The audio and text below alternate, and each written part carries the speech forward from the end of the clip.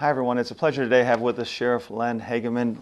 Sheriff Hagaman, it's great to have you. Thank you so much for being here with us. Thank you. It's a pleasure to be here. Yeah, and I tell you what, your background is so fantastic with so many things that you've done and everything, and really want to get the opportunity for the viewers to get a chance to know you and just find out, you know, your extensive background. First of all, tell us where you grew up. Obviously, you're here from Watauga County, and tell us about that. Right, I grew up here in Watauga, and went to school here, elementary school, high school.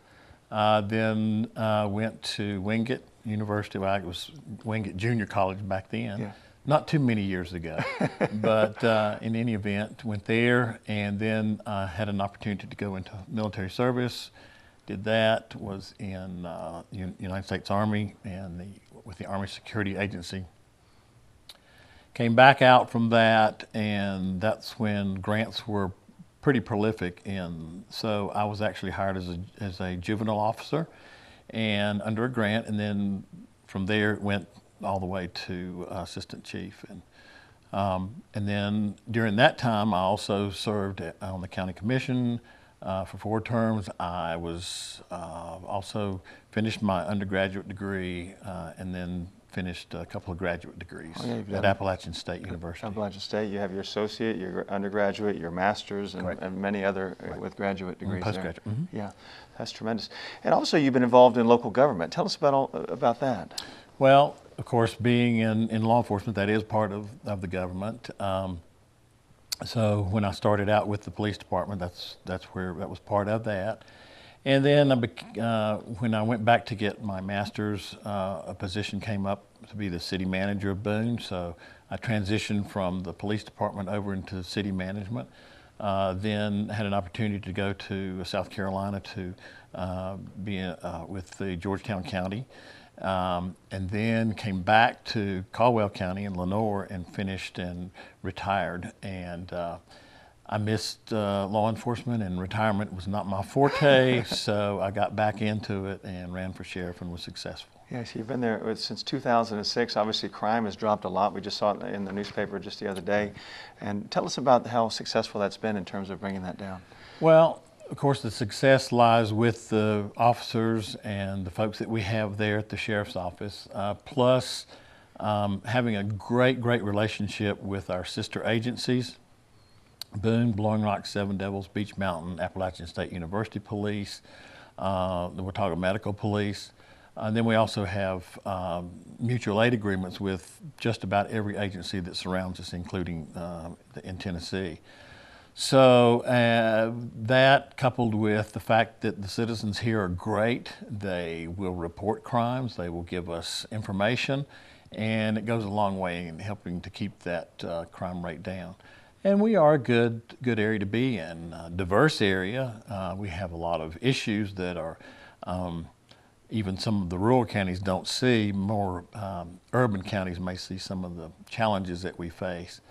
But again, it's just the cooperation with our sister agencies. It's the cooperation with the citizens of Watauga County and people willing to come forward and help. Yeah, and what struck me in terms of looking at everything you've done, you've continued to educate yourself all the time. I mean, with South Florida Police, Institute, you've done the North Carolina Leadership Institute now. Correct. You've done the government management in North Carolina. I mean, so you really continue to always try to better yourself all the time, don't you?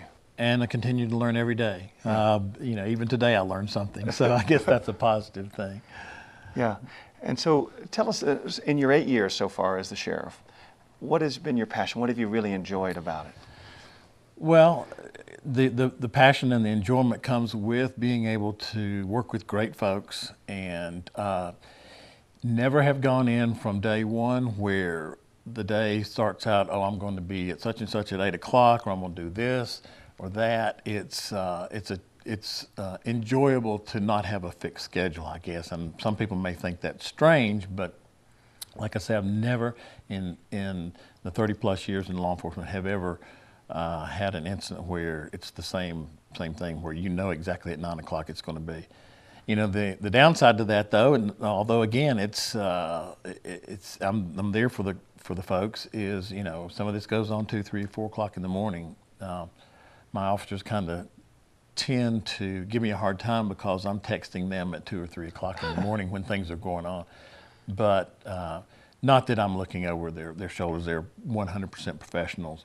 But it's just keeping that, much like the education, is just keeping your finger in the pie, but don't get too deep into it, and just be there to try to assist and help and know what's going on, because people do ask. Part of our biggest challenge right now is things like social media and the media itself, the normal media like you all. I guess that's normal, but I hope you're normal. But those present some challenges because there is a lot going on in Watauga County. You don't pick up the newspaper or turn on the radio or turn on the television where something is going on in Watauga County. It may be a narcotics investigation. It may be a myriad of a whole host of things that are going on in any given day. And so, without question, we have to keep up. And it is challenging sometimes with keeping people informed, but it's always good when the media calls and I'm able to give them an answer. Yeah. Right. So one of the issues that people don't really think of, the public doesn't think of, is budget. And I think that your background in city management is something you had to have a budget during that time. I think it's probably helped you to prepare for something like this. Tell us about a budget for a sheriff's department. Well, without question, it is a big business. It's a $5.5 million a year business. Most of our costs are associated with things that we really don't have a whole lot of control over, but we do, by statute, we're responsible for maintaining a detention center, the jail. We're responsible for, obviously, enforcing the laws in Watauga County. And we also, up until recently, we had the communications center. But it's still a multi-million-dollar business, and as such, you're dealing with personnel, you're dealing with costs, everything from benefits to insurance to fuel to oil to tires to food for the inmates, to medications for the inmates, for doctor services for the inmates. And then you add on top of that just the cost of doing business on a day-to-day basis, keeping the lights on and everything. And having experience with multi-million-dollar budgets, as I have in the past, it's certainly a big help. The commissioners have been great. The county manager has been great. We've rarely had any instances, and we've got it down to a science now where what we ask for is really what we need. The unfortunate part on any budget is there's some cost controls that we just really don't have any control over. The cost of fuel, for instance, it's a big ticket item. The cost of food, as I said earlier, big ticket items, you're talking $500,000 a year just to feed inmates. But we also have a great working relationship with the hospital, and they provide that. And those are costs, again, that are uncontrolled, but they are part of the budget and something that needs to be addressed. Yeah, and we always hear about, tell us about, like, there's obviously drugs, and you have to deal with that sort of thing, but also there's prescription drugs too, and tell us about all the things that you have to do with that. Well, unfortunately in Watauga, and it's not just unique to Watauga, it's pretty rampant all through the United States and in North Carolina. But we do have what we call doctor shopping, folks that come in from other areas, or they may come here, or they may be natives here, or going to school here, or traveling, or whatever, and they require certain medications. So a lot of times people take advantage of that. They'll go, instead of one doctor and get prescriptions, they'll go maybe to 3 or 4. The medical community has been great. They are communicating with each other. It's gotten a whole lot better. Part of that on the side, but it's still related in terms of the prescription abuse, is the non-prescription or the over-the-counter use of pseudoephedrine. The state of North Carolina, along with the majority of the states that surround us, South Carolina, Georgia, Tennessee, Virginia, and of course North Carolina, are all part of what we call the NPLEX system, where if you as a consumer go in and purchase pseudoephedrine, it's a great drug for sinus or cold or whatever, but it can be abused to make methamphetamine. So there's a structure in place now where if you go in there, you have to give your name, and there's a log that's basically created. And if you go from one pharmacy to the other, it's going to pick out your name very quickly. I've been on several subcommittees at the state level that deal with methamphetamine with the legislature, and so they're deeply involved. But part of that, I was real pleased to know that the biggest user of the NPLEX system in North Carolina was actually one of my officers. I did not know it until the legislator said, "Hey, you know, there's this guy up in Watauga, and he's doing it." And it is a big help. But there again, the doctor shopping, a sad statistic, well, I don't know if it's a sad statistic or not, but it's an eye-opening statistic, is that around anywhere from 16 to 17,000 prescriptions are written in Watauga County just for controlled substances every month. Golly. So it's a problem. It's being addressed. The medical community, law enforcement, pharmacies, the doctors have come together. We've had several seminars with the pharmacists and the doctors and the healthcare providers, and it's being looked at it's a great cooperative effort, and I think we're starting to see some results. Yeah, and as we see the crime rates, the article was talking about it since the lowest in the state of North Carolina since, what, 1974, right. But it's dropped nearly like 20% here in Watauga, hasn't it? Mm-hmm. Yeah, and again, we can't take all the credit. Again, we have our sister folks. As a matter of fact, as I was mentioning earlier, the day is not the same. We were, right before I came over here, we were talking about a cooperative effort at one of the areas that's had a lot of car break-ins. Break-ins insofar as the people aren't locking their cars, and so there's an opportunity there for criminals to come in and take advantage of those folks. And most of the problems that we see when an inmate comes into the system, it's usually drug-related somehow or another, mostly tied to the unfortunate part that they have to support their habit or their addiction. And so the easiest way is to take advantage of people by breaking into vehicles or something like that. Fortunately, we haven't had too many violent crimes, but we've had a few. But one of the big issues we've seen in the NFL is domestic violence, you know, and Right. and they're really making an effort now in the NFL and is that something that you guys have to deal with and try to control here? You know, unfortunately, when I was first elected, the domestic violence rate had gone up 68% in Watauga County. Now, part of that, I think, was because the law had changed and people were more willing to report domestic violence because there were protections built into the law that would help them. And basically, it was to the point where, you know, if there was obvious physical assault, somebody was going to go to jail. And so the reporting became a little bit easier. People felt more comfortable in reporting domestic violence. But again, sad statistic because it is a problem. So much so that we were able and successful to originally get a grant several years ago to fund not one but two officers. Started out with one, but ended up with two officers. That's all they do. They do the domestic violence, and it's a great savings to the taxpayers because we're able to take that individual and they can concentrate on the person that has been violated in terms of the violence, and they walk it from the time the phone call is received all the way through to the courts. And they, again, work hand in glove very closely with the district attorney's office, with the attorneys, with the domestic violence court. There's an actual court that they even bailiff. So they can walk that process through, and it frees up officers to be able to answer other calls, but it also gives fantastic service to those that are abused. Yeah, and I would think that allows them to become really experts in that field, doesn't it? It is, and they have received the training for that. We also have great cooperation with local domestic violence entities such as OASIS and some of those that are there not just for the criminal part, but to actually take care of the victim, take care of their families, themselves.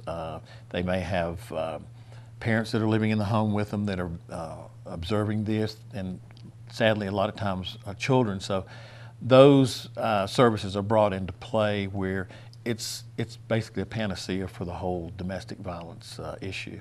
I think one of the big challenges, internet is fantastic in terms of you can learn so much and read things that you never could read, but every day there's things happening more and more, and I'm sure that's a big challenge for you, isn't it? It is. We're not immune from fraud and internet cyber crimes and things such as that.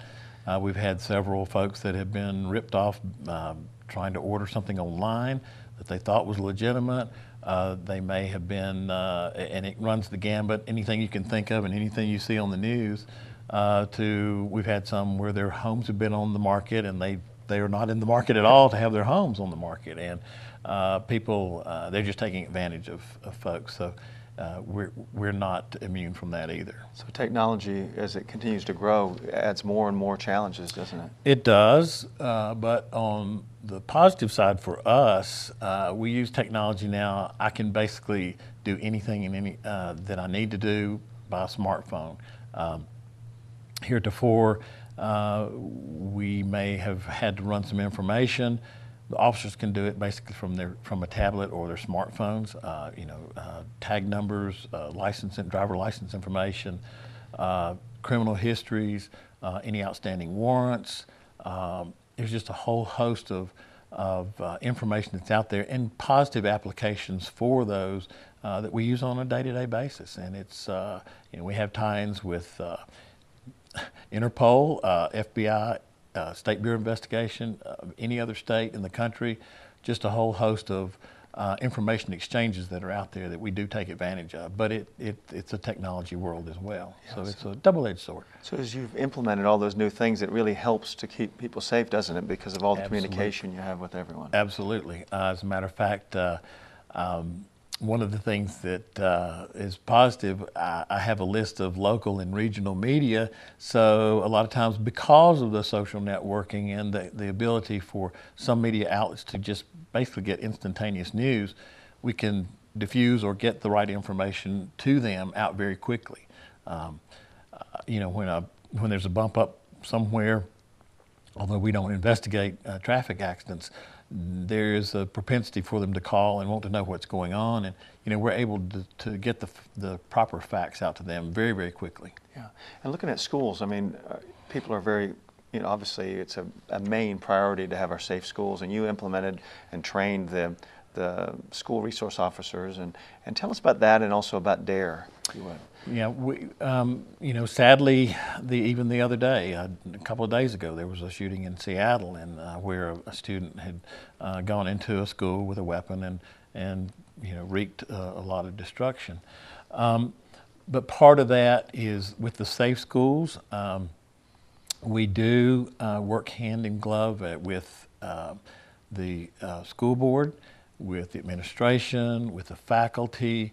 All those folks to make the schools safe, and it's a tough job because many times it's not just while the students are there, it's while they're there for other activities, and it runs the gambit from vehicles at the high school maybe being broken into to heaven forbid if there was an active shooter. We do have things in place that hopefully we can respond as best we can. It's not a matter of if, but when. Unfortunately, we've had a couple of close calls. Last year, no question, it was out there. We had a bomb scare, and we reacted. We learned from that some holes that have been that need to be filled, and we've subsequently done that. But again, it's a cooperative effort between the school system and all the law enforcement agencies, because we're still relatively small, and we have to rely on our other resources as well. And so all that in taken into consideration, we're a little bit ahead of the curve, I think. And the state then a couple of months ago, not upset the apple cart, but instituted some new things that we are able to react to. And actually we have an active scenario plan for in a couple of weeks, hopefully, or maybe when it's not too cold, where we're actually, for the first time, involving first responders, medical services, fire services, emergency management where they can see and do and work alongside us as we can work alongside them, because we have, during a situation like that, we have specific tasks, and sometimes it's confusing as to who's going to do what or who wants to do what, or how it unfolds, and we've gotten pretty sharp at that. But this is going to add an enhancement, I think, that will really, really help. And obviously, working with the schools, the sheriff's office working with the schools is very important, isn't it, for for helping to keep our children safe in the school systems? Exactly, and as you mentioned, we do. It was a conscious decision to have a resource officer. Again, this was a choice that we made. It's important enough to have an officer in the elementary schools. It is totally funded by the county. And then he also has the responsibility of teaching DARE, the drug resistance education. And this year, I noticed in looking at the curriculum, of course you see it again on the news, and we're not immune. Here is things like cyberbullying and bullying, and so those components are now part of the DARE program. And Officer Adams, who's our school resource officer, he is great. You talk about a person that has found his niche. He has really found it there. He's doing a fantastic job, and the kids love him, and he has a lot of respect. And there again, we work with the town of Boone, provides the school resource officer at the high school. So again, it's a collaborative effort. Some things, the students, since it's a consolidated high school, there are students that live out in the county, so we share information or work together to try to get to the bottom of some things. And again, it's just a cooperative effort between the local high school SRO and our SRO. Yeah. And as you look, you've been the sheriff now since 2006, so you've been here 8 years. As you look ahead to the coming 4 years, what are some of the challenges? What are the issues that you want to bring in and develop? Well, one of the fortunate things that, besides being sheriff, that I was named to, I'm a member of the 911 board. It's basically anything that has to do with 911, this board oversees that, and on the state level. And basically we're the clearinghouse. There's monies out there available for public safety answering points that can receive money for equipment or anything along those lines where it's an inbound call. And some of the challenges from that standpoint have been we've moved from a wired phone line that where it immediately pops up an address. Most of our calls now, about 68%, I think I was seeing the other day, about 68% of the 911 calls are wireless calls now. And so there's challenges with that. But one of the things that I've been trying to work very, very closely with, and it goes back to the previous issue, is in the schools, the 911 system in some of the elementary schools, well, most of the elementary schools, is sparse in terms of being able to make a 911 call from inside some of the elementary schools. So we've been working and talking with some providers, Blue Ridge Electric and Skyline, about we actually found out, which is a good thing, that there's a possibility there for where they use fiber, and it will allow us to have both voice and data, live streaming, whatever you want to. If there's cameras in the schools or whatever, but the main thing is if there is an event, that faculty, administrators, particularly the principals, have an open line. They can make a call and let us know what's going on, where before it's pretty sketchy in some of those schools. What about, I know you've talked to me before about crisis intervention. Tell me about that. Crisis intervention is, we're really, really proud of that. It's basically in North Carolina, we have folks that do have to be committed involuntarily. And this has been a way over the past several years. We were sitting on, when I say sitting on, we had to be with those individuals while they were being placed in a facility that had a bed available. So we were spending upwards to 4,000 hours just being there and waiting for a bed. Well, now with cooperation with the Watauga Medical Center, and then their 3 hospitals, Boone, Blowing Rock, and Banner Elk, we're able now to cut that way down. But the positive thing is the patient themselves are getting into the system. They're actually getting treatment quicker. They're able to see professionals quicker. They're able to get into the system at a much more rapid rate, and they're assessed a lot of times. A person who may be involuntarily committed, they may have an issue that's pretty mild. And then you may have the other end of the spectrum where they're pretty severe. And so in those instances, obviously we stay, but we've got, like I said, a good cooperation now where the hospital police are staying. That also applies to Boone Police because they have involuntary commitments as well. And we've gone from 4,000 hours to less than 100. And like I say, during that time, the patient themselves are getting the treatment that they really, really need. What about problem-oriented policy? That's another thing that about a year and a half ago, we started, we had a specific area that needed to be addressed. Well, the patrol officers did not have the time to really devote to that in addressing a certain situation. So we set up what we call a POP squad, and it's problem-oriented policing unit that consists of officers that are able to spend the time necessary to address those issues. For instance, and this is just one of the examples, well, I'll give you a couple of examples, but one is that one of the residential areas, or the student resident areas, had a really bad issue. Last year, we had a lot of noise, we had a lot of narcotics, we had a lot of alcohol abuse, we had overdoses, we had a whole gambit of issues. This year, I'm not going to say that they all went away, but it's almost a 180-degree turn in the direction where we were able to sit down, go talk with their management, talk with their security folks, talk with the students, talk with the residents there about some of these activities, and it's really worked great. As a matter of fact, last week we actually did a self-defense class for the female residents that were there, and it's, like I say, it's 180 degrees difference. They're really engaged, and they know that they're going to have to be and will be held accountable for some of their actions. So yeah, that's worked out very well. Yeah. The other is, a lot of people don't know this, and I really didn't realize it until we really got into it. Because of the way the ABC laws are established in North Carolina, we have certain establishments that are outside the city of Blowing Rock, outside the city of Boone, but they do have alcohol, wine, beer sales.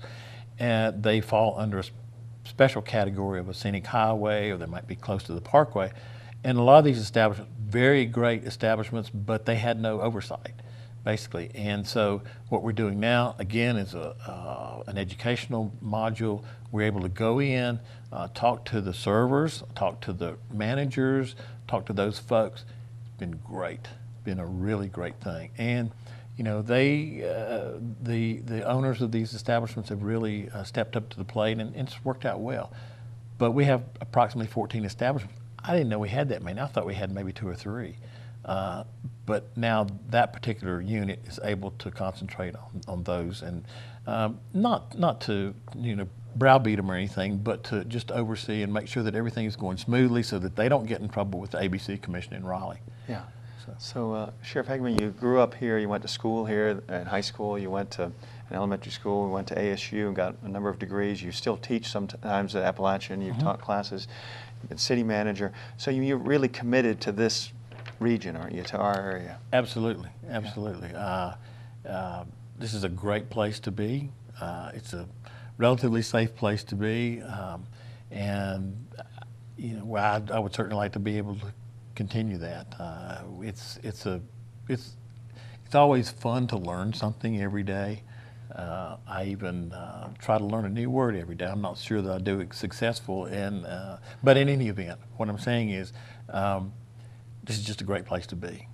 Good folks, good folks to work with. Very, very positive. You have a passion for the people of Watauga County. Right.